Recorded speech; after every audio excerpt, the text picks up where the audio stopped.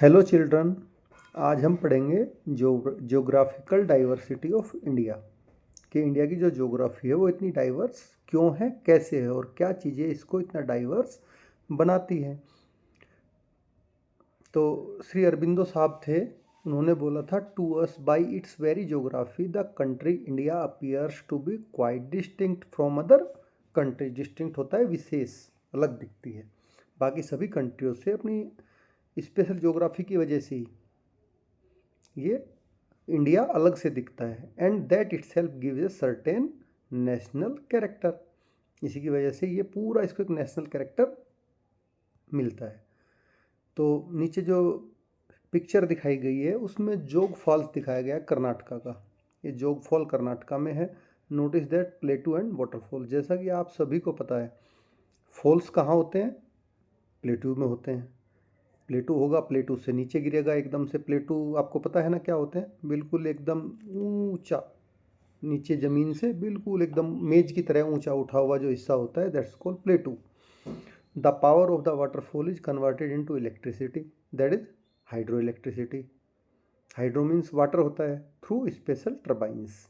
इसमें क्या होता है कि पानी के नीचे स्पेशल टाइप की टर्बाइन लगा दी जाती हैं जिन पे पानी गिरता है। टर्बाइन रोटेट करती हैं, उनके साथ में अल्टरनेटर जुड़े होते हैं जो अल्टरनेटर को रोटेट करके इलेक्ट्रिसिटी जनरेट करते हैं, प्रोड्यूस करते हैं।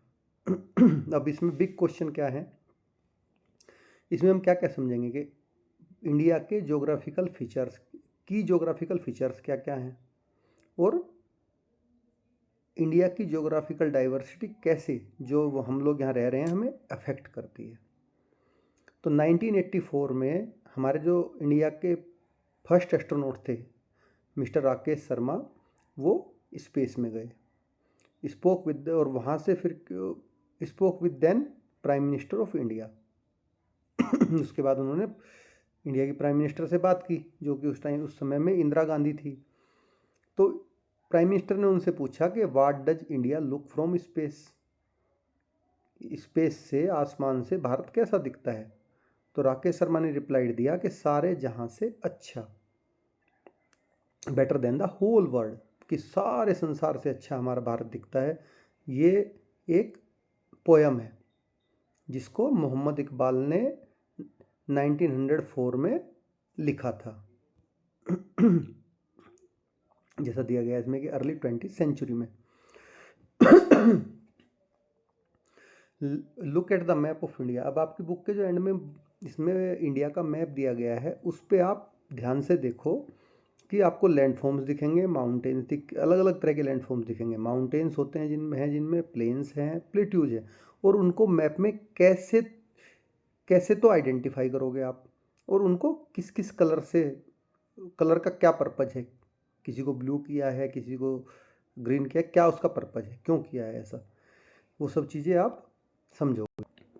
जैसे जैसे as you go through this chapter remember to refer periodically to physical map. आपको फिजिकल मैप को भी साथ साथ रेफर करते चलना है कि कहाँ पे प्लेन्स हैं, कहाँ पे प्लेट्यूज हैं इंडिया में, कहाँ पे डेजर्ट है, कहाँ पे माउंटेन्स है। India is the 7th largest country in the world, as you everybody knows के संसार में इंडिया 7वीं सबसे बड़ा देश है। And a part of Asia, और एशिया का ए पार्ट है। एलोंग विद इट्स नेबर्स, ये एशिया कॉन्टिनेंट में पड़ता है अपने नेबर्स के साथ में, जिसमें कौन कौन है हमारे नेबर? वेस्ट में पाकिस्तान है, ईस्ट में बांग्लादेश और म्यांमार है, नॉर्थ में नेपाल और भूटान है, और साउथ में श्रीलंका है। इन सबको साथ लेके it forms the region known as Indian subcontinent. ये जो पड़ोसी देश हैं इनको भी सबको साथ में लेके ये एक इंडियन सब कॉन्टिनेंट बनाता है। सब कॉन्टिनेंट क्यों बोला गया इसको? कि ये एशिया कॉन्टिनेंट का पार्ट है, छोटा पार्ट, तो इसीलिए उसको सब कॉन्टिनेंट बोला गया है। Often for the purpose of discussion we refer to 5 regions. अब इस पर्पज पे हम डिस्कशन करने के लिए अपने जो 5 रीजन है मेन इंडिया में उनके बारे में डिस्कशन कर लेते हैं कि क्यों। द ग्रेट माउंटेन्स जोन है इंडिया में, जैसा आपको पता है हिमालय की पहाड़ियाँ हैं। The plains of the Ganga and Indus river और गंगा रिवर के प्लेन्स हैं जो कि नदन में है। डेजर्ट रीजन है जो कि राजस्थान एरिया में है। कुछ भारत में है, कुछ पाकिस्तान में है। ऐसे ही प्लेन्स, इंडस प्लेन इंडिया में भी है और पाकिस्तान में भी है, पंजाब में। द सदर्न पेनिनसुला, भारत का जो साउथ पार्ट है उसमें पेनिनसुला है और आइलैंड्स हैं। पेनिनसुला क्या होता है? पेनिनसुला होता है कि जो सरफेस 3 तरफ से वाटर बॉडी से घिरा हो उसको पेनिनसुला बोलते हैं। और आइलैंड होता है जो चारों तरफ से वाटर बॉडी से घिरा हो, उसको आइलैंड बोलते हैं। तो हमारे पास आइलैंड भी हैं, जैसे अंडमान निकोबार है, दादर नागर है, हवेली है, इस तरह लक्षद्वीप है। In this chapter we will fly over this zones providing you with a bird's eye view of these features and offering glimpses of what things look like in close up at some of these places। अब इस chapter में हम क्या करेंगे कि bird की तरह पूरे इस जोन पे हम, जैसे बर्ड फ्लाई करती है इसी तरह से पूरे जोन को मैप में देखेंगे कि कहाँ पे हिमालय है, कहाँ पे डेजर्ट है, कहाँ पे प्लेन्स हैं, कहाँ पे पेनिनसुला है और कहाँ पे हमारे आइलैंड्स हैं, इसका पूरी डिटेल में। It would be difficult to go into all the details at this stage since as you will soon see India is large and diverse. अभी इस स्टेज में इन सब चीज़ों के बारे में एक बार में बात करना कठिन है। जैसे जैसे आप आगे बढ़ोगे इंडिया कितना बड़ा है, कितना डाइवर्स है, ये आप समझोगे। The Himalayan mountain range stand as a natural barrier in the Himalayan mountain range stands as a natural barrier in the north, while the Thar Desert and the Arabian Sea mark its western limit। हमारे north की जो boundary create करता है natural barrier की तरह वो हिमालय है, हिमालय के माउंटेन्स हैं। और थार डेजर्ट जो राजस्थान में और अरेबियन सी हमारी वेस्टर्न लिमिट को मार्क करते हैं। To the south the Indian Ocean and to the east the bay of Bengal form a natural boundary. South में हमारे देश के क्या है, इंडियन ओशन पड़ता है और ईस्ट में बे ऑफ बंगाल है जो कि एक नेचुरल बाउंड्री की तरह काम करते हैं। These geographical features create a separation between India and the rest of the continent and have played a crucial role in shaping India's climate, culture and history. यही सारे जियोग्राफिकल फीचर मिलके India को एक बिल्कुल पूरे रेस्ट ऑफ वर्ल्ड से separate कर देते हैं और इसीलिए खुद एशिया कॉन्टिनेंट से भी इसको सेपरेट करती हैं ये चीज़ें, जिसकी वजह से यहाँ पे एक अलग क्लाइमेट, अलग कल्चर और यहाँ की अलग ही हिस्ट्री है, इतिहास है। Let's explore. Do you recall your lesson on latitude and longitude? Look at the map. Can you read approximately the latitude and longitude where India lies? Identify the above features on India's physical map। आपने 6th class में latitude longitude chapter पढ़ा होगा, तो आप अब खुद से देखो कि इंडिया के जो लॉन्गिट्यूड लैटिट्यूड है वो कितने लॉन्गिट्यूड से कितने लॉन्गिट्यूड तक और किस लैटिट्यूड से किस लैटिट्यूड तक इंडिया किसके बीच में पड़ता है, किस रीजन में। Let us now journey together from the Himalayas to the island in the Indian Ocean and onward to the east of India.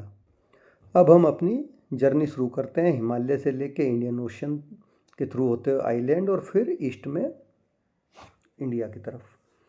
The diverse colour on the map already give a sense of the geographical diversity. जो अलग अलग तरह के colour map में दिए गए हैं उससे जियोग्राफिकल डाइवर्सिटी के बारे में पता चलता है। Familiarise yourself with the legend on the maps. Legend क्या होते हैं मैप के, जिनसे किसी चीज़ को मैप पे शो करते हैं कि भाई कोई, जैसे हमें सपोज करो माउंटेन दिखाने हैं तो माउंटेन के लिए कुछ अलग से बनाएंगे उस पर लीजेंड, हमें रोड दिखानी है रोड के लिए अलग से लीजेंड बनाएंगे, डेजर्ट के लिए अलग से लीजेंड, तो उसको कहते हैं legend. The different colours indicate the altitude. और अलग अलग तरह का कलर मैप पे एल्टीट्यूड। एल्टीट्यूड क्या होती है आपने पढ़ रखी है लॉन्गिट्यूड लैटिट्यूड चैप्टर में कि हाइट, ऊंचाई, जो ऊंचाई होती है MSL से उसको एल्टीट्यूड बोलते हैं, जिसको मीन सी लेवल से कैलकुलेट करते हैं। The Himalayas, look at the length of the Himalayan range on the map. Map में आप हिमालयन रेंज को देखो कि इसकी लंबाई कितनी है और ये कैसे। It is like a massive wall, ये एक दीवार की तरह खड़ा है हमारे नॉर्थ साइड में इंडिया के। From the legend can you gas the altitude at different points of the Himalaya? Map में आप जब लीजेंड देखोगे तो अलग जो बड़ी बड़ी चोटियां हैं अलग अलग, उन पे उनके सबका एल्टीट्यूड लिखा मिलेगा आपको कि कौन सी चोटी कितनी मीटर की है। अब नीचे जो पिक्चर दिखाई गई हैं उनमें हिमालयन रेंज का सैटेलाइट व्यू दिखाया गया है, जिसमें जो वाइट वाइट दिख रहा है वो आइस दिखाई गई है जो कि वहाँ पे ग्लेशियर्स हैं, और उसकी जो लेंथ है वो अराउंड 2500 किलोमीटर है। The Himalayan seems to touch the sky, in fact many of its peaks are over 8000 metres in height and are together called the 8000ers। तो हिमालय में बहुत सारी ऐसी पीक हैं जो मोर देन 8000 मीटर हाइट की हैं और उनको 8000ers बोलते हैं सबको। This mountain range stretches across 6 countries in Asia. ये तो आपने देखा कि जो हिमालय माउंटेन रेंज है वो एशिया की 6 कंट्रियों में फैली हुई है। इंडिया में है, नेपाल में है, भूटान में है, चाइना में है, पाकिस्तान में है और अफगानिस्तान तक भी ये एक्सटेंडेड है। Can you name the highest mountain in the world? आप सबको पता होगा कि highest mountain in the world mount Everest है, जो कि नेपाल में पड़ता है, नेपाल हिमालय में। In the summer the snow on the mountains melt and feeds major rivers. गर्मियों में क्या होता है, जो माउंटेन्स में स्नो गिरती है सर्दियों में वो गर्मियों में पिघलना शुरू होती है और जो मेजर रिवर्स बड़ी बड़ी नदियां हैं उनको फीड करती है, such as Ganga, Indus and Brahmaputra. These rivers and their tributaries provide water for drinking, farming and industrial use, connecting with the lives of hundreds of millions of peoples. अब ये नदियाँ और इनकी ट्रिब्यूटरीज होती है जो इनकी सहायक नदी, जो इनमें आके मिलके अपना अस्तित्व खत्म कर लेती है। जैसे यमुना नदी गंगा में आके मिल जाती है और खुद को समाप्त कर लेती है, फिर आगे वो गंगा के नाम से ही बहती है। तो ये सब मिलके लोगों को क्या क्या प्रोवाइड कराती हैं, ड्रिंक, पानी पीने का पानी, फार्मिंग के लिए पानी, इंडस्ट्रियल यूज के लिए पानी, और एक दूसरे को जोड़ती हैं, कनेक्ट भी करती हैं लोगों को। Millions of 100 people. Hence the Himalayas are sometimes called the water tower of Asia, क्योंकि इंडिया की लगभग सभी बड़ी बड़ी नदियाँ हिमालयन रेंज से निकलती हैं, क्योंकि वहाँ पे ग्लेशियर हैं, ग्लेशियर गर्मियों में मेल्ट होते हैं, नदियाँ बंद, नदियों में पानी आता है, तो इसलिए इसको वाटर टावर ऑफ एशिया भी बोलते हैं। The Himalayas are also important to many cultures and belief systems. Himalaya बहुत सारे कल्चर और मान्यताओं के लिए भी महत्वपूर्ण है। The mountains themselves are considered sacred and temples and monasteries have been built within them, attracting monks and spiritual seekers from around the world who come to pray and meditate। देखो Himalayan range में बहुत बहुत सारे पवित्र स्थान हैं, मंदिर हैं, मोनेस्ट्री हैं, जिनमें जो अट्रैक्ट करते हैं मॉन्क्स को, जो स्पिरिचुअल सीकर्स होते हैं, धार्मिक लोग, उनको वो लोग यहाँ जाते हैं, प्रे करते हैं और मेडिटेट करते हैं। The Bhagirathi river, a major tributary of Ganga, originates from Gomukh, that's Gomukh को क्या बोलते हैं, cow mouth, in Uttarakhand. It is the edge of Gangotri glacier. तो जो भागीरथी गंगा की मेजर ट्रिब्यूटरी रिवर है भागीरथी रिवर, वो कहाँ से निकलती है, गोमुख से निकलती है उत्तराखंड के, जो कि गंगोत्री ग्लेशियर की एज कोने पे है। This glacier is one of the largest in the Indian Himalayas. ये जितना भी हिमालय रीजन इंडिया में पड़ता है वो सबसे बड़ा ग्लेशियर है। It is considered sacred and attracts many pilgrims. ये लोग इसको पवित्र मानते हैं और बहुत सारे यात्री यहाँ जाते हैं। Gomukh is also popular trekking destination. ये एक बहुत पॉपुलर ट्रैकिंग डेस्टिनेशन भी है लोगों का। Next time you see the Ganga remember its journey begin there. तो आप अगली बार जब गंगा को देखोगे तो ये देखना कि इसकी जर्नी कहाँ से शुरू हो रही है। How the Himalayas were formed an interesting story. अब हिमालय बने कैसे, ये एक इंटरेस्टिंग स्टोरी है। इसको आप पढ़ोगे अच्छे से आपको समझ में आएगा कैसे हिमालय का जन्म हुआ। ए लॉन्ग टाइम एगो, बहुत समय पहले, India was part of a much bigger land mass called Gondwana land. तो भारत क्या था कि एशिया का पार्ट नहीं था, गोंडवाना लैंड का पार्ट था, बहुत बड़े।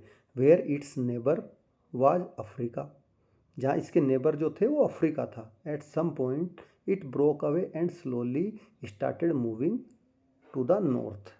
अब ये क्या हुआ, उससे टूट गया, क्योंकि टेक्टोनिक प्लेट्स में हलचल होती है। वो आप आगे पढ़ोगे कि हाउ कैसे टेक्टोनिक प्लेट्स में हलचल होती है, भूकंप आते हैं और कैसे लैंड्स एक जगह से दूसरी जगह खिसक जाते हैं और खिसकते रहते हैं। जहाँ पे आज लैंड है वहाँ पे कभी ओशियन था, जहाँ पे आज ओशियन है वहाँ पे कभी लैंड था। ये फॉर्मेशन बहुत लॉन्ग पीरियड में चलती रहती है। तो ये नॉर्थ की तरफ मूव करना स्टार्ट हुआ, उससे ब्रेक टूट के about 50 million years ago it reach the landmass of Eurasia and collided with it. उस टाइम पे जो यूरोप और एशिया का जो पूरा लैंडमास था उससे जाके ये टकराया, इसलिए उसको यूरेशिया बोला गया। As India pushed against Eurasia, जैसे ही लैंडमास नीचे से चल रहा था नॉर्थ की तरफ, तो इंडिया क्या करता है, यूरेशिया को पुश करता है। The land between them crumple and rose up. अब वो लैंड क्या होती है, जब दो चीज़ें मिट्टी टकराएगी तो टकरा के दूसरी एक दूसरे के ऊपर चढ़ना शुरू कर देंगी, और पूरा एक चोटी की फॉर्मेशन में जब वो टकराएंगी तो ऊपर ही चढ़ेंगी ना, कहीं उनकी साइड में गड्ढा बन जाएगा दोनों तरफ और पूरा ऊपर चढ़ती चली जाएंगी वो मिट्टी। Just like how a carpet wrinkle. आप कारपेट देखो, उसको जब आप आपस बीच में से मोड़ोगे तो दोनों तरफ से उसको खिसकाओ तो ऊपर उठ जाती है। वहन इसी तरह हिमालय, जब आपस में ये दोनों जमीन टकराई तो हिमालय ऊपर उठ गया। That's how the mighty Himalayan mountains were formed. ये सेम उसी तरह जैसे ऐसे ही हिमालयन माउंटेन फॉर्म हुए हैं। Amazingly India is still pushing into Asia today very slowly about 5 centimetres each year. देखो अभी भी इंडिया जो है वो एशिया की तरफ, एशिया को पुश कर रहा है, बट इतना धीरे कर रहा है कि एक साल में केवल 5 सेंटीमीटर ही पुश करता है, which is much slower than the rate at which your hair growth. ये आपके जो बाल उगते हैं इससे भी बहुत धीमा रेट है, बहुत स्लो है। This means the Himalayas are still growing taller. इसका मतलब क्या है, उसकी तरफ खिसक रहा है तो अभी भी हिमालय ऊंचे होते जा रहे हैं। Just a tiny bit each year, बहुत थोड़े थोड़े हर साल। अबाउट 5 मिलीमीटर्स, तो कितना छोटा होता है स्केल पे आप देखना, 5 मिलीमीटर बहुत छोटा होता है। But over a millennium that adds up to 5 metres. जैसे ही कुछ हज़ार कुछ लाख साल बीतेंगे तो ये क्या 5 मीटर भी हो सकता है, that will be counted.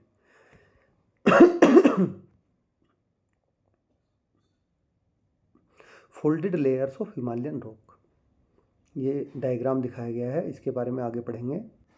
The word Himalaya is a combination of 2 Sanskrit word. 2 Sanskrit के वर्ड को मिलकर हिमालय बना है, जिसमें हिम है, हिम का मतलब स्नो होता है, और आलय का मतलब घर होता है। तो स्नो का घर, जहाँ पे बर्फ़ का घर, इसीलिए उसको हिम आलय बोलते हैं।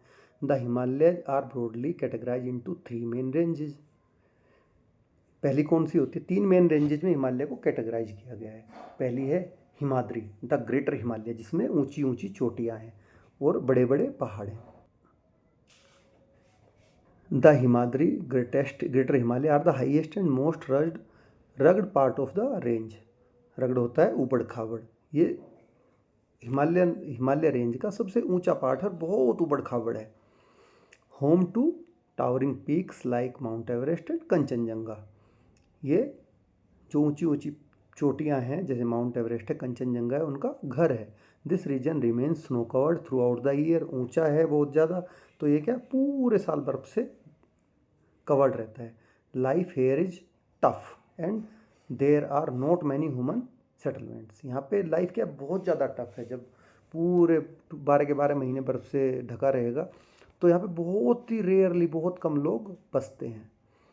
नेक्स्ट आता है Himachal. The Himachal lower Himalaya lie south of the greater Himalaya. Greater Himalaya के साउथ में पड़ता है।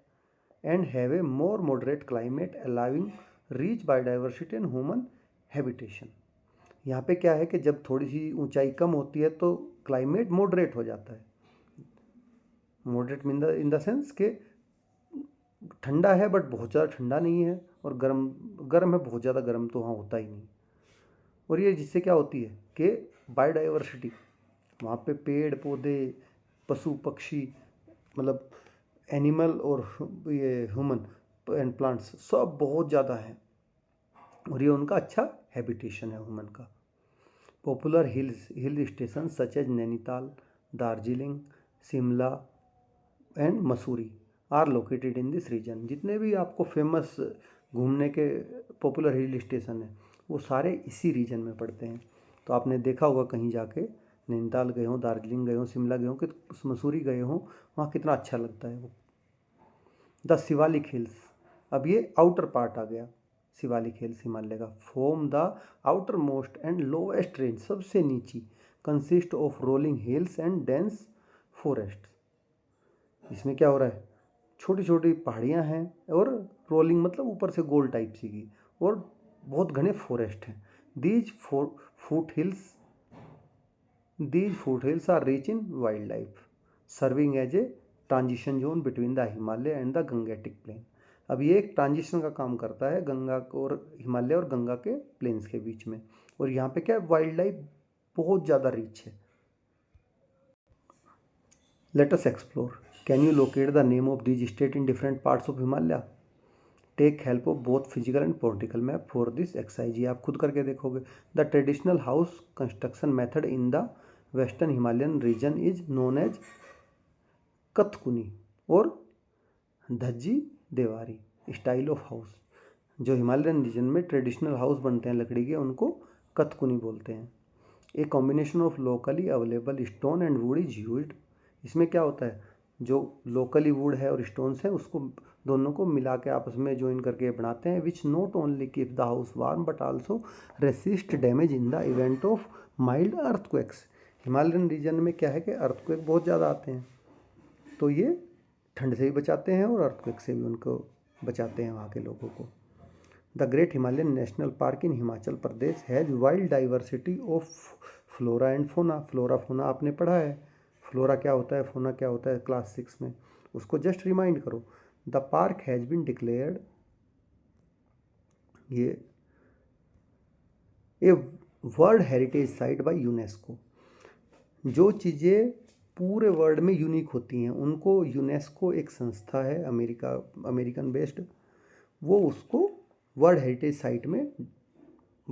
साइट डिक्लेयर कर देती है, और उसमें जो उसकी बेसिक चीज़ें हैं उनको मेंटेन करने के लिए वो भी उसका ध्यान रखती है।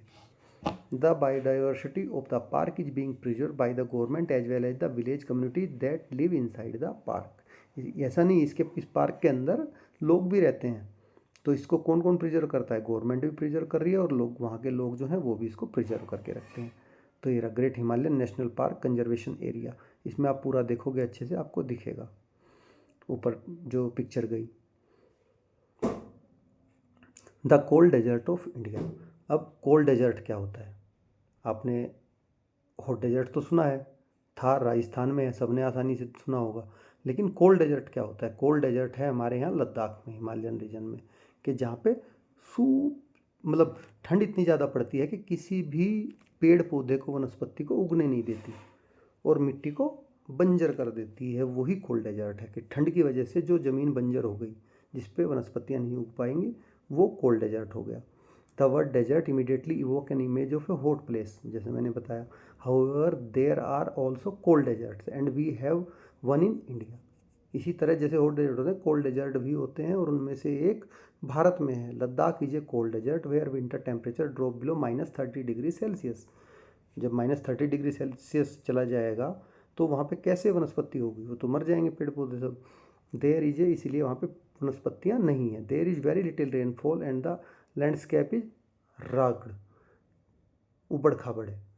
वहाँ पे बहुत ही कम वनस्पति है और बहुत ज़्यादा उबड़ खाबड़ लैंडस्केप है। देखो जैसे ये पिक्चर में दिखाया गया, with rocky terrain, deep valley and lake such as Pangong Tso. Pangong Tso lake भी इसी के वहीं पे है लद्दाख में। The terrain here resembles that the moon, hence it is called moonland. तो इसको मूनलैंड क्यों बोला गया कि मून की जो सतह है, सरफेस, वो भी ऐसी ही है, इसलिए इसको मूनलैंड भी बोलते हैं। Geologist explain the formation of this terrain as we show earlier by the fact that the mountain were folded when the Indian land mass collided with Eurasia. तो जियोलॉजिस्ट हैं वो इसकी फॉर्मेशन का वही बताते हैं जैसे ऊपर बताया गया कि जब इंडियन लैंड मास यूरेशिया से टकराया तो उसकी वजह से ये पूरा माउंटेन वगैरह क्रिएट हुए, फोल्डेड हो गए। This folded portion was part of N ocean. अब ये जो फोल्डेड पोर्शन है वो कभी ओशियन का पार्ट हुआ करता था। And so the rocks in this area, जो इस एरिया की रॉक्स हैं वो क्या है, are made largely of sand and clay. अब ओशियन का पार्ट था तो वो क्ले और सैंड से बनी हुई है मैक्सिमम, जो रॉक हैं वो पत्थर की नहीं है, उनमें क्ले है और सैंड मैक्सिमम है।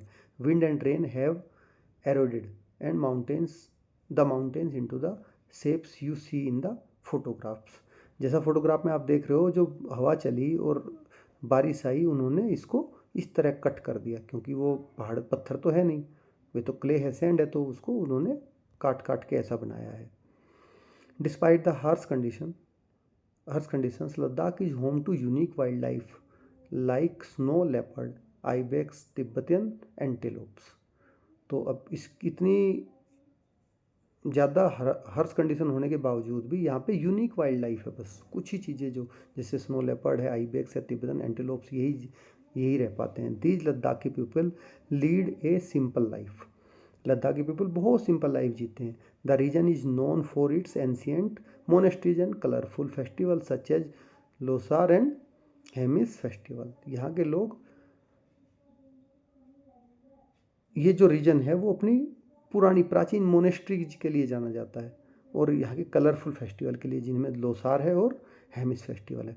द गंगेटिक प्लेन, अब गंगेटिक प्लेन की बात करते हैं कि गंगेटिक प्लेन्स कैसे फॉर्म हुए।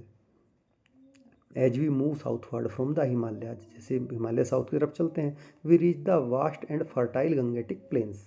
हम बहुत बड़े और फर्टाइल मतलब उपजाऊ गंगेटिक प्लेन्स पहुँचते हैं। These plains have been an important part of the history and civilisation of India. इन प्लेन्स का हमारी हिस्ट्री में और इंडिया की सिविलाइजेशन में बहुत बड़ा इंपॉर्टेंट पार्ट रहा है। These plains are nourished by mighty rivers originating from the Himalayas, providing a vital lifeline water. अब कहीं भी जीवन के लिए पानी सबसे पहली ज़रूरत है, तो इसको पानी कहाँ से मिलता है, जो हिमालय से नदियाँ ओरिजिनेट होती हैं उनसे, जैसे Ganga, Indus, Brahmaputra river system along their extensive network of tributaries, और बहुत सारी उनकी ट्रिब्यूटरीज नदियाँ। Enrich the soil with minerals, तो यहाँ की जो मिट्टी है उसको मिनरल्स से इनरिच करती रहती है, making the region highly fertile and ideal for agriculture. तो मिट्टी को क्या करती हैं, वो हाईली फर्टाइल कर देती हैं और एग्रीकल्चर के लिए आइडियल लैंड बना देती हैं। The reverse bring with them minerals that enrich the soil enabling abundant agriculture. तो जब इसको मिट्टी रिवर्स जो अपने साथ में मिनरल्स लेके आ रही हैं और सोयल को इनरिच कर रही हैं, इससे क्या है, एग्रीकल्चर को बहुत ज़्यादा बढ़ावा मिलता है, बहुत ज़्यादा अच्छी फसल होती है। The rivers are also a source of generating electricity. जैसा हमने पहले पढ़ा कि रिवर पे डैम बनाते हैं तो रिवर से हम ये बिजली की भी जनरेटिंग सोर्स हो गई। A large proportion of India's population lives in these plains. India का बहुत बड़ा पॉपुलेशन का हिस्सा इन प्लेन्स में रहता है, क्योंकि यहाँ पे जीवन आसान होता है। ये देखो, ये प्लेन्स की फोटोग्राफ्स हैं। The flat land of northerns plains has allowed for the development of an elaborate transportation network. क्योंकि जो प्लेन लैंड्स है, उसमें क्या है कि आराम से आप ट्रांसपोर्ट के कितने भी तरह के नेटवर्क डेवलप कर सकते हो, जैसे रेलवे लाइन, नदियां हैं उसमें शिप भी चला सकते हैं आप, आराम से रोड आराम से बना सकते हैं। Road rail network facilitate the movement of people and goods over long distance. तो रोड है, रेलवे नेटवर्क है, वो क्या करता है कि लोगों को या सामान को बहुत लंबी डिस्टेंस तक ले जाने के लिए फैसिलिटेट करता है। As you will see in the tapestry of the past chapter, the Ganga, Brahmaputra and over other rivers have been use for millennia for travel and trade. आप पीछे से उठा के पास्ट चैप्टर्स पढ़ोगे, पहले देखोगे, तो गंगा और ब्रह्मपुत्र जितनी भी नदियाँ थी, पहले जो लोग थे वो नदियों के किनारे बसते थे और नदियों को इसके पास पास को होते हुए ही सफ़र करते थे और नदियों के थ्रू ही ट्रेड करते थे, व्यापार करते थे। Most rivers are named after goddesses. तो बहुत सारी नदियाँ पहले उनको मतलब देवता का दर्जा दी, देवता देवी का देवियों का दर्जा दिया हुआ है गोडेसेस का, देवियों का। Ganga, Yamuna, Kaveri. The name of Brahmaputra however means the son of Brahma. Brahmaputra को ब्रह्मा का पुत्र कहते हैं। This river gets bigger during summer instead of drying up. Can you guess why? ये नदी क्या उल्टा समर में और ज़्यादा बड़ी हो जाती है? तो आप सोचो ऐसा क्यों होता है? बड़ा आसान है सोचना। Notice the concentration of lighting in the plains. What could be the reason for this concentration? देखो ये सैटेलाइट व्यू है जिसमें आप प्लेन्स में बहुत ज़्यादा लाइटिंग देख रहे हो। लाइटें क्यों, ऐसा क्यों दिख रहा है आपको? ये रोड हैं, एयरपोर्ट हैं, रेलवे स्टेशंस हैं जो जहाँ बड़ी बड़ी लाइटें दिख रही हैं, बड़ी बड़ी सिटीज़ हैं, इसलिए आपको यहाँ पे बहुत ज़्यादा लाइटें दिख रही, लोग बहुत ज़्यादा रहते हैं यहाँ पे। ये सारी चीज़ें आप पढ़ लेना, कौन कहाँ रहता है इसके बारे में ज़्यादा बताने की ज़रूरत नहीं है। द ग्रेट इंडियन डेजर्ट और थार डेजर्ट। अब दो चीज़ें हो गई, माउंटेन हो गया, प्लेन्स हो गया। अब और थोड़ा सा वेस्ट की तरफ चलेंगे तो हमें क्या मिलेगा? ग्रेट इंडियन डेजर्ट मिलेगा, जिसको हम थार डेजर्ट बोलते हैं। If we move towards on the map, will you notice a yellowish area? This area is the Thar desert. What do you see? आपने क्या देखा? A vast stretch of golden dunes. Dunes होते हैं टीले, रग टेरेन, ऊबड़ खाबड़ terrain है, and a wide open sky, और एक बहुत चौड़ा बड़ा आसमान। What is the shape of a sand dunes? While mountains are made of rock and their shape is fixed, why do you think sand dunes also have a similar shape and even though they are made of sand? देखो sand dunes क्या होते हैं कि जो रेत के टीले ऊंचे ऊंचे बन जाते हैं, हवा के साथ रेत बहती है और वो एक जगह इकट्ठा हो के उनके ऊंचे टीले बना देती है, लेकिन ये फिक्स नहीं होते हैं। आज सैंड ड्यून्स कहीं और है, हवा चलेगी, फिर सैंड ड्यून्स अपना प्लेस चेंज कर लेता है, फिर कहीं और चला जाता है। जैसे हमारे यहाँ जैसलमेर, जो राजस्थान में जैसलमेर एरिया पड़ता है, वहाँ पे सैंड ड्यून्स पूरा एक बहुत बड़ा एरिया है। वहाँ पे जाके कभी घूमने जाना, आप अच्छे से देख पाओगे कि सैंड ड्यून्स कैसे होते हैं। ये वहीं का फ़ोटो है। ये जैसलमेर का फोर्ट है, गोल्डन सिटी फोर्ट, जो कि ये भी यूनेस्को वर्ल्ड हेरिटेज साइट में शामिल है। इसमें लोग रहते हैं। ये किला, पहले जैसे किला आप सोच रहे होगे राजा महाराजा रहते हैं उसमें, अभी खाली होगा, नहीं, इसमें सारे में अभी भी लोग रहते हैं किले में। Sand dunes are form when the wind shift. जैसे मैंने बताया कि हवा चलेगी, एक जगह से दूसरी जगह शिफ्ट हो जाते हैं। Into hill like formation sometimes these rise as high as 150 metres. कई बार ये 150 मीटर तक भी ऊंचे हो जाते हैं। The third is a vast arid region, most of it's lies with in India, spanning the state of Rajasthan, Gujarat, Punjab and Haryana. देखो ये क्या बहुत बड़ा रीजन है एक, और जिसमें से बहुत सारा इंडिया में है, फैला हुआ है। किस किस स्टेट में? राजस्थान में, गुजरात में, पंजाब में और हिमालय में और हरियाणा में। The desert acts as a natural barrier due to the harsh conditions that deter human and animals movement. तो यहाँ की क्या है कि जो बहुत ज़्यादा गर्मी होना, रेतों का उड़ना, इस वजह से हार्श कंडीशंस हैं, जिसकी वजह से यहाँ पे ह्यूमन की और एनिमल्स की मूवमेंट बहुत रेस्ट्रिक्टेड है, including very high day time temperature and cold night as well as lack of access of water. और यहाँ पे कोई अगर सफ़र करेगा उसको पानी भी नहीं मिलेगा, तो इसलिए लोग, ये एक बैरियर की तरह काम करता है डेजर्ट भी। People living in Thar have adapted their way of life to the place and what its offer. Food habits, clothing and life style are suited for these harsh conditions. जो भी पीपल थार डेजर्ट में रहते हैं वो यहाँ यहीं का खाना, कैसे, कौन सा खाना आपको यहाँ मिलेगा, खाना है, कैसे कपड़े पहनने, कैसी लाइफ स्टाइल है हार्श कंडीशंस की, वो सारी वो एडोप्ट करते हैं, तब वो यहाँ रह पाते हैं। ये कैबल वेंडर है पुष्कर मेले में। पुष्कर मेला लगता है अजमेर के पास में, पुष्कर सिटी है वहाँ पे एवरी ईयर। थार डेजर्ट का ही पार्ट है वो भी, बट वो end of Thar desert type है, क्योंकि अरावली पहाड़ी के पास में पड़ता है। Women fetching water. तो था जैसे बोला कि डेजर्ट, वहाँ पे पानी तो मिलता नहीं है, तो बहुत परेशानी होती है वहाँ के लोगों को। देखो औरतें आपको दिख रही होंगी मटके में पानी लेके, बहुत कई कई किलोमीटर दूर से वो पानी लेके आती हैं और उसको बड़ा ही वाइजली यूज करते हैं वो। Water is scarce in desert, कमी है पानी की बहुत ज़्यादा। Women often need to travel long distance every day to fetch water of their families, so the traditional method for cleaning utensils is to scour them with sand until they are clean. तो पहले क्या करते हैं, हमारे यहाँ तो पानी से ही धोते हैं बार बार, ये पहले इसको सैंड से धोएंगे बर्तन को जब तक कि वो साफ नहीं हो जाता, फिर पानी से थोड़ा सा धोएंगे। Little water can be use for a light rinse. The water use for rinsing is reuse for purposes like watering a plant. अब कोई छोटे मोटे पौधे उन्होंने लगा रखे हैं, उनमें वो पानी दे देंगे, उसको बर्बाद नहीं करेंगे। So the next time you leave the tap running remember the people of Thar desert. अगर नेक्स्ट टाइम आप टैप को खुला छोड़ रहे हो तो थार डेजर्ट के लोगों के बारे में एक बार याद कर लेना कि उनको पानी कितनी मुश्किल से मिलता है।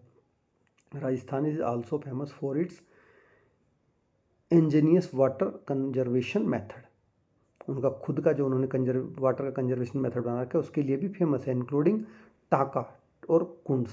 उनको बोलते हैं टाका, कि लोग क्या करेंगे अपने घरों में एक गड्ढा खोदेंगे, उसको आरसीसी से पूरा अच्छे से सील करेंगे ताकि पानी उसमें से मिट्टी में न जा पाए या बाहर न जा पाए, और उसमें फिर जो थोड़ी बहुत बारिश भी होती है उसको उसमें रिजर्व करते रहते हैं, कंजर्व करते रहते हैं।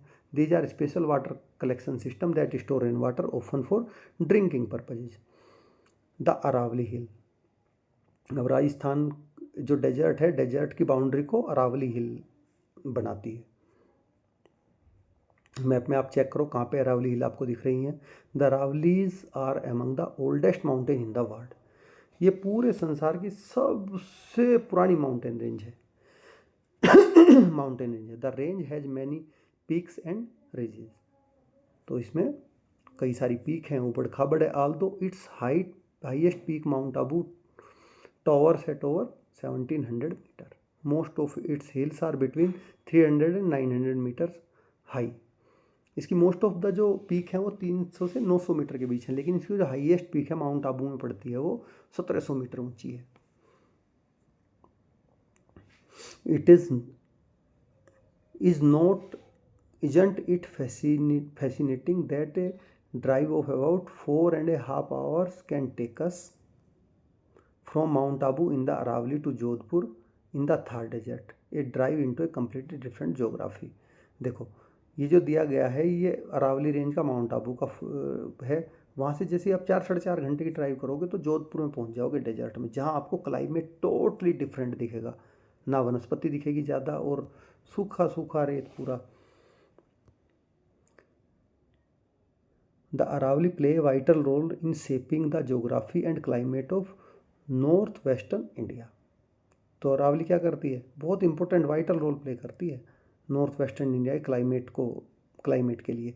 One of its most important function is acting as a natural barrier. ये सबसे ज़्यादा नेचुरल बैरियर की तरह काम करती है कि थार डेजर्ट को आगे बढ़ने से इसने रोक के रखा ईस्ट की तरफ। You will read more about this later. इसके बारे में आप आगे और डिटेल से पढ़ेंगे। The Aravalli rich in minerals like marble, granite, zinc, copper have supported mining and construction activities for centuries. बहुत सारी सेंचुरीज से अरावली में क्या है कि मार्बल, ग्रेनाइट, जिंक, कॉपर लोग निकालते रहे, माइनिंग करते रहे इनकी कंस्ट्रक्शन एक्टिविटीज़ के लिए। In fact evidence from its ancient mines at Jawar has shown that over 8 centuries ago, Indians were the first in the world to master the delicate process of extraction of zinc। तो इन पहाड़ियों में एक जावर जगह है जहाँ से सबसे पहले 8 सेंचुरीज एगो हमारे यहाँ के लोगों ने जिंक को एक्सट्रैक्शन करना शुरू किया था पूरे वर्ल्ड में। Historic forts such as Chittorgarh, Kumbhalgarh, Ranthambore are located है। जो हमारे हिस्टोरिक ऐतिहासिक किले हैं चित्तौड़गढ़ का, कुंभलगढ़ का और रणथंभौर का, वो भी इसी रेंज में पड़ते हैं। ये कुंभलगढ़ फोर्ट की फ़ोटो दी गई है। अब क्या आ गया, पेनिनसुलर प्लेटू। हमने 3 चीज़ की बात कर ली, माउंटेन्स की कर ली, प्लेन्स की कर ली और डेजर्ट की कर ली। अब पेनिनसुलर प्लेटू पे आ गए।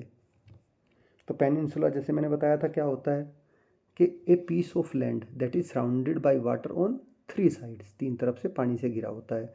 India has several plateaus, the most important one is the triangular peninsular area in the middle and south of the country. जैसा कि आपने देखा है कि इंडिया के बीच से लेके और साउथ तक एक पेनिनसुलर लैंड स्टार्ट होता है। It is also a very old land formation, ये बहुत पुरानी लैंड फॉर्मेशन है। Since this region is a peninsula surrounded by water on three sides by the Arabian sea, bay of Bengal है और Indian ocean है इसके तीन तरफ। It is called a peninsular plateau. The plateau is bordered by two mountain ranges, the western Ghat and eastern Ghat. अब ये जो peninsular मतलब प्लेटू है उसके दोनों तरफ माउंटेन रेंज है, एक तरफ वेस्टर्न घाट है, एक तरफ ईस्टर्न घाट है जिनको बोलते हैं हम, जो कि सी शोर के पैरेलल चलती हैं। The western Ghat are taller, लंबे हैं, run along the western coast like a wall, और वेस्टर्न कोस्ट के साथ साथ एक दीवार की तरह चलते हैं वो पूरा। With many beautiful waterfalls flowing down their steep side during the monsoon season, जिसमें जब बारिश होती है तो बारिश के सीजन में इनमें से बहुत सारे वाटरफॉल, इन सुंदर सुंदर वाटरफॉल इनमें से गिरते हैं। The western Ghat have been declared a UNESCO world heritage site. They are home to many rivers and have a rich biodiversity. The northern portion of the Western Ghat are also known as Shahadri Hills. तो western घाट जो है पूरे world में सबसे ज़्यादा biodiversity के लिए famous है। पूरे वर्ल्ड में सबसे ज़्यादा कहीं अगर बायोडाइवर्सिटी है तो इंडिया के वेस्टर्न घाट में है, इसलिए इसको यूनेस्को ने वर्ल्ड हेरिटेज साइट भी डिक्लेयर किया हुआ है। और इसको, इन घाट का दूसरा नाम क्या है? शहादरी हिल्स, इसको हम शहादरी भी बोलते हैं। The eastern Ghats are lower, eastern Ghat क्या है, ऊंचाई में थोड़े कम है और कहीं कहीं टूटे हुए हैं, मतलब पूरे कांस्टेंट नहीं है, कंटिन्यूस। जैसे वेस्टर्न घाट कंटिन्यूस है दीवार की तरह, ये कहीं कहीं बीच में टूट जाते हैं। Into smaller hills along the eastern coast. Between these mountain range lies the Deccan plateau, a vast area of flat highlands. ये दोनों रेंज जो हैं, इन दोनों रेंज के बीच में जो ऊंचा उठा हुआ एरिया है प्लेटू, वो एक फ्लैट एरिया हाईलैंड बन जाता है। Rivers like the Godavari, Krishna and Kaveri flow across the plateau from west to east. अब जैसा मैंने बताया कि जो वेस्ट घाट्स हैं वो ऊंचे हैं, ईस्ट कोस्ट नीचे, ईस्ट के घाट्स ईस्ट कोस्ट नीचा है, तो रिवर का फ्लो कैसे होगा? वेस्ट टू ईस्ट ही होगा, जिसमें गोदावरी, कृष्णा और कावेरी फ्लो कर रही हैं। These rivers are important for farming and provide water to millions of peoples. तो नदी का क्या रोल होता है? वो खेती के लिए और वहाँ के लोगों को पीने के लिए, इंडस्ट्रियल यूज के लिए पानी प्रोवाइड करती है। तो ये नदियाँ वहाँ के लोगों को, मिलियंस ऑफ पीपल्स को ये फैसिलिटी प्रोवाइड कर रही है।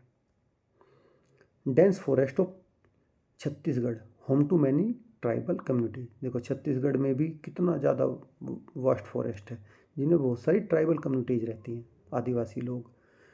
This प्लेटू is rich in minerals, forest and fertile land, making a vital for India's economy. अब प्लेटू जैसा आपने पढ़ा भी होगा कि प्लेटू क्या होता है, बहुत ज़्यादा रिच होता है मिनरल्स के लिए, उसमें बहुत ज़्यादा मिनरल्स होते हैं, फॉरेस्ट भी होता है, फर्टाइल भी होता है बहुत ज़्यादा, जो कि इंडियन इकोनॉमी के लिए बहुत वाइटल है। It tilts a little to the east, जैसे मैंने बताया कि ईस्ट की तरफ थोड़ा सा झुका हुआ है। So a few of river in this region flow towards the bay of Bengal. तो बहुत सारी नदियाँ इसमें बे ऑफ बंगाल की तरफ बहती हैं।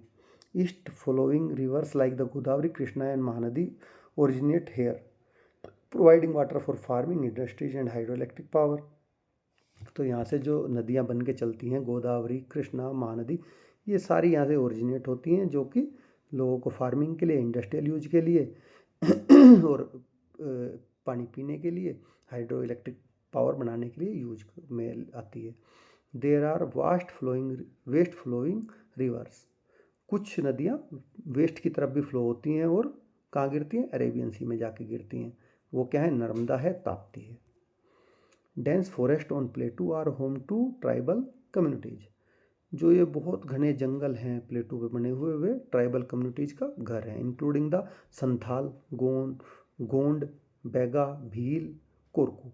ये कुछ जनजातियों के नाम हैं, इनका ये घर है। These tribes have distinct languages, traditions and way of life closely connected to nature. अब जैसे ये जंगलों में रहते हैं तो इन लोगों की जो लाइफ है वो बहुत नेचर से बहुत ही ज़्यादा क्लोज है। हर चीज़ों में, इनके ट्रेडिशन में, सारे इनके फेस्टिवल जो हैं सब नेचर से रिलेटेड होते हैं। Plateau are home to many beautiful waterfall in India. Plateau क्या है कि प्लेटू हैं तो ऊंचे हैं, उनमें से जब पानी आएगा तो वाटरफॉल बनेगा वहाँ पे। तो बहुत सारे सुंदर सुंदर वाटरफॉल्स का घर है। As rivers flow over their uneven and rocky surfaces, उनके अनइवन और रॉकी सरफेस पे जैसे रिवर फ्लो करेगी तो एकदम से नीचे गिरेगी, वाटरफॉल बन जाएगा।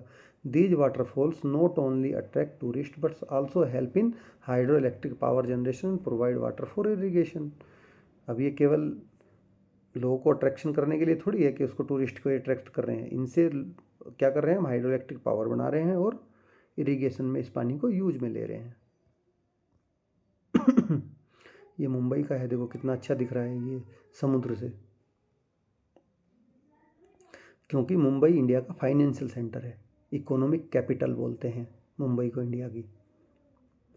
India's amazing coast lines, Bharat की amazing coast line. India's coast line is dotted with beautiful beaches. हमारी जो कोस्ट लाइन है वो बहुत सुंदर सुंदर बीचेज से बनी है, जैसे रॉकी क्लिफ्स एंड लस green forests. some beaches have golden sand while other have black rocks। कुछ बीचेज पे गोल्डन सैंड है, कुछ पे ब्लैक रॉक्स हैं। Some island have coral reefs while others are covered in thick jungles।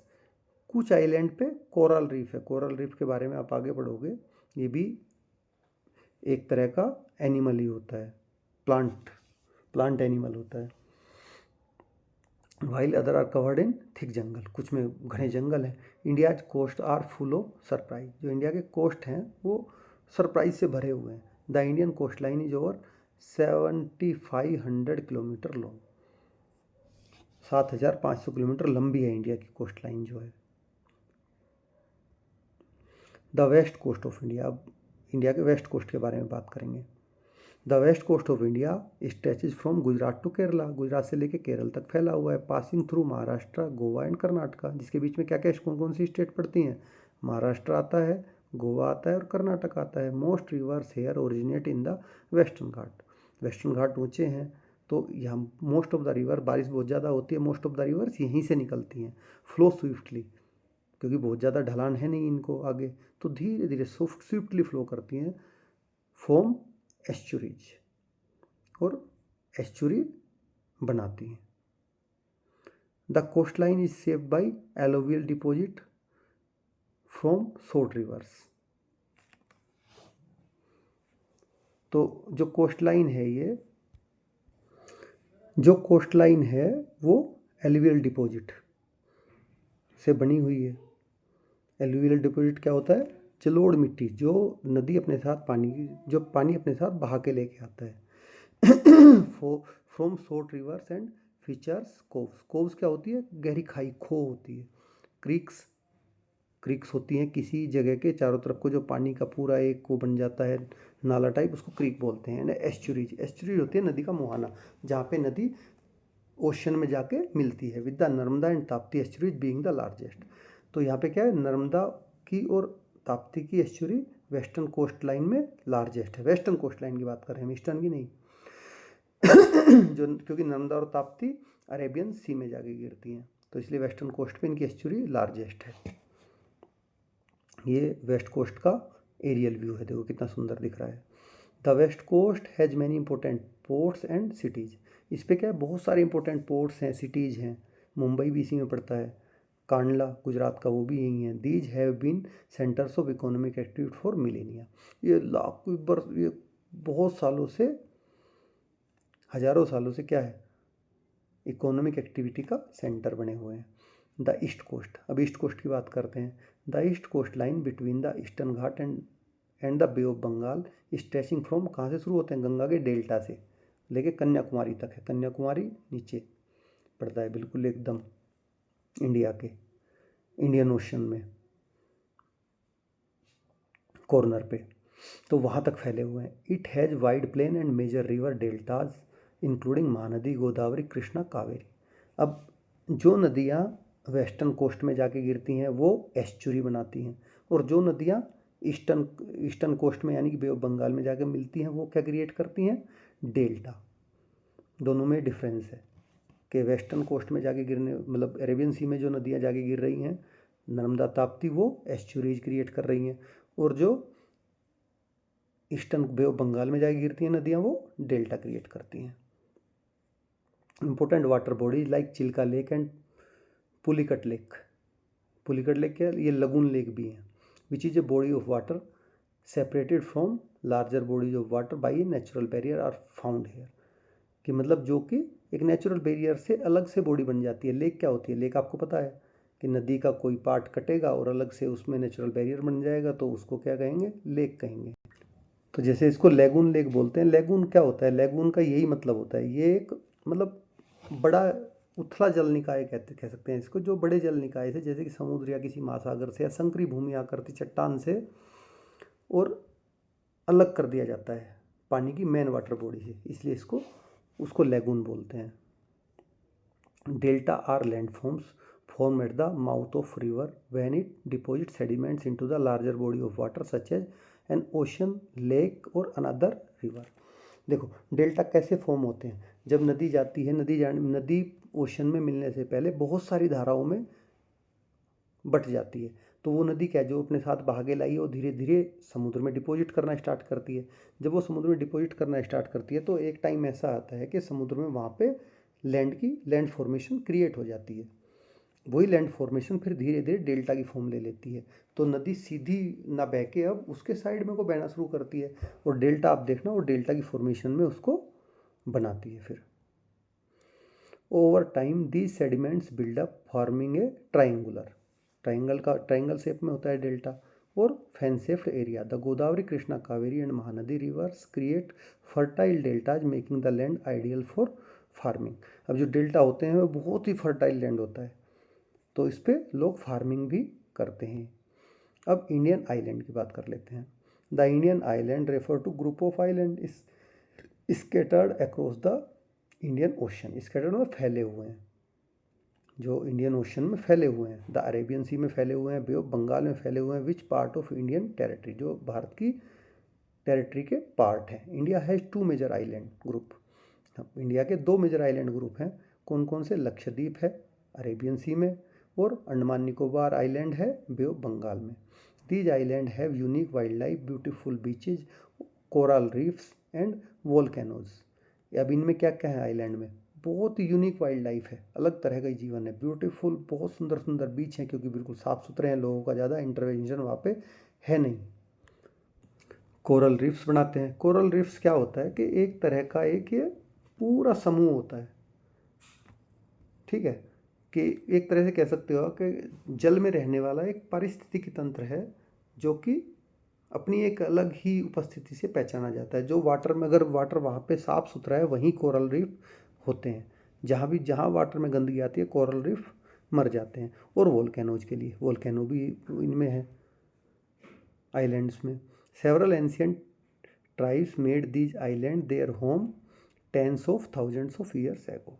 बहुत सारे जो ट्राइब्स हैं उन्होंने वो हज़ारों साल से, थाउजेंड्स ऑफ ईयर्स एगो से यहाँ पे इन आइलैंड में रह रहे हैं। Lakshadweep island. Lakshadweep is an archipelago, a group of island located in Arabian sea close to the Malabar coast of Kerala. Western coast को क्या बोलते हैं, मालाबार भी बोलते हैं, मालाबार कोस्ट। तो ये कहाँ है, केरला के मालाबार कोस्ट के पास में पड़ता है। आर्कीपेलेगो बोला है ग्रुप ऑफ आइलैंड, पूरा इसमें बहुत सारे आइलैंड है। It is made up of 36 island made of coral. ये कोराल के 36 आइलैंड से मिलकर बना है। Not all island are inhabited by people. Inhabited मतलब सभी आइलैंड पे लोग नहीं रहते हैं। India control a vast marine area allowing for fishing, resource exploration and environmental protection. तो इंडिया क्या करता है, बहुत बड़े वास्ट मैरीन एरिया को कंट्रोल करता है, वहाँ पे फिशिंग करता है, रिसोर्सेज का एक्सप्लोरेशन करता है, उसमें तेल गैस जो मिलती है वो निकालता है, और इन्वायरमेंट को प्रोटेक्शन के लिए। Andaman and Nicobar island. अब दिस आर्कीपेलिगो आर्किपेलागो मतलब ये भी ग्रुप ऑफ आइलैंड है। Comprise more than 500 large and small volcanic islands. यहाँ पे वॉल्केनिक आइलैंड है more than 500, divide into 2 distinct groups, the Andaman and Nicobar island. कुछ को अंडमान आइलैंड बोलते हैं, कुछ को Nicobar. The their location is very important. ये होती है देखो कोरल रीफ नीचे जो दिख रही है।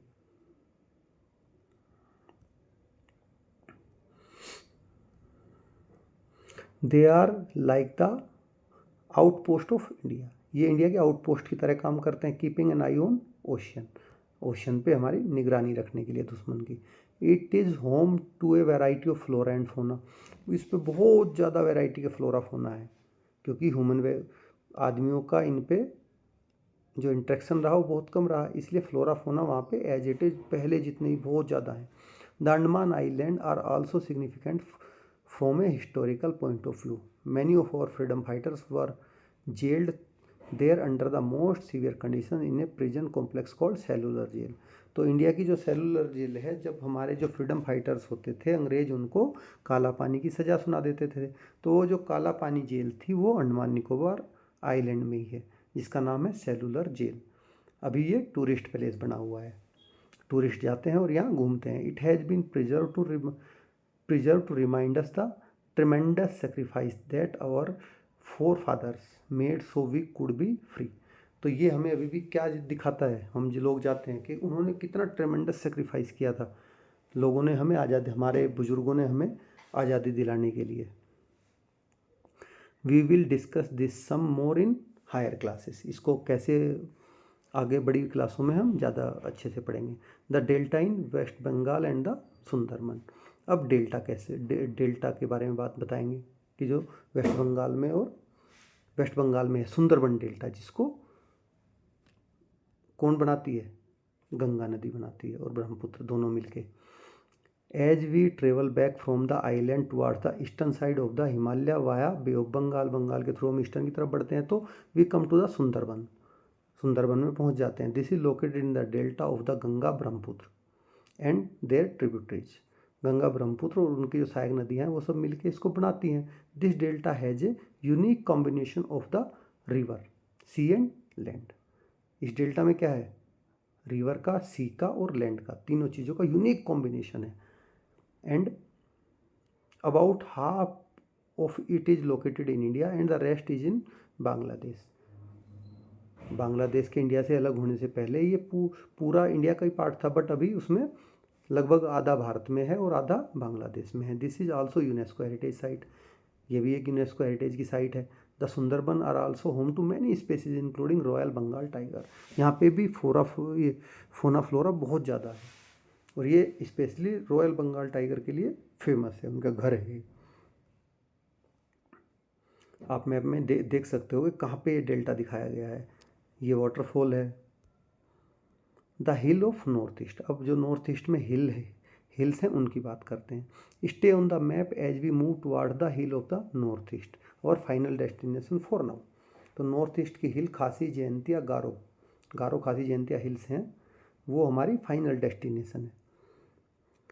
तो can you see Garo Khasi and Jaintia mark on the map. These hills part of the Meghalaya plateau are known for their lush greenery, heavy rainfall and breathtaking waterfalls. आपने सुना होगा कि चेरापूंजी जगह है जहाँ पे अर्थ में सबसे ज़्यादा बारिश होती है, हैवी रेनफॉल होता है, वो यहीं पे है मेघालय में, मेघालय प्लेटू पे। तो यहाँ पे क्या है, बहुत ज़्यादा बारिश होती है तो बहुत ज़्यादा ग्रीनरी है, बहुत हैवी रेनफॉल होता है, ब्रीथ टेकिंग वाटरफॉल्स हैं, बहुत ज़्यादा बड़े सुंदर दिखने वाले वाटरफॉल्स हैं यहाँ। This region experience one of the highest rainfall in the world, making it rich in forest, unique wild life and fertile land. जिससे कि ये यहाँ पे वर्ल्ड की सबसे ज़्यादा बारिश होती है, जो इसको बहुत ज़्यादा फॉरेस्ट यहाँ पे उगते हैं, जिसकी वजह से वाइल्ड लाइफ यहाँ की अलग से यूनिक है और लैंड को फर्टाइल बनाता है। मावलिन लोंग विलेज के बारे में आपने सुना होगा, जो कि ईस्ट खासी हिल्स, मेघालय की ईस्ट खासी हिल्स में लोकेटेड है। Is renowned as the cleanest village in Asia. वो पूरे एशिया का क्लीनेस्ट विलेज डिक्लेयर किया गया था। This picturesque village is famous for its well maintained cleanliness. Bamboo dustbins and eco friendly living practices. अब जो ये गांव है वो अपने किन किन चीज़ों के लिए फेमस है, यहाँ पे इतनी ज़्यादा साफ़ सफाई लोग रखते हैं। अपन जो डस्टबिन भी हैं वो बम्बू के बने हुए हैं, बांस के, और सारी जो उनके काम है वे सब इको फ्रेंडली है, वो नेचर को हार्म नहीं पहुंचाते, इसलिए वो सबसे क्लीन है। गंदगी क्या फैलाती है, कहीं प्लास्टिक यूज करोगे आप, वो गंदगी फैलाएगी। यहाँ पे लोग प्लास्टिक यूज करते ही नहीं। The village is also known for its living root bridges. यहाँ पे क्या है, देखो जो फोटो में दिखाया गया है, लिविंग रूट ब्रिज भी है यहाँ पे, उसके लिए भी ये जाना जाता है। लिविंग रूट ब्रिज कैसे बनाते हैं, पेड़ों की जो जड़ें हैं वो आपस में जुड़ जाती हैं और जुड़ के ब्रिज की तरह बन जाती हैं, which are created by weaving tree root over the course of many years. जो ट्री की रूट है आपस में गुथ के, वीविंग मतलब बुनाई, एक तरह से बुनाई सी होके वो एक ब्रिज की तरह बन जाती है। Before we move on, India give its name to the subcontinent as it part of how many diverse question activities. अब ये लाइन बाय लाइन ये चैप्टर आपको कैसा लगा, कितना समझ में आया, प्लीज़ कमेंट में ज़रूर लिखें। और हर सब्जेक्ट की लाइन बाय लाइन अंडरस्टैंडिंग के लिए चैनल को सब्सक्राइब करें। Thank you.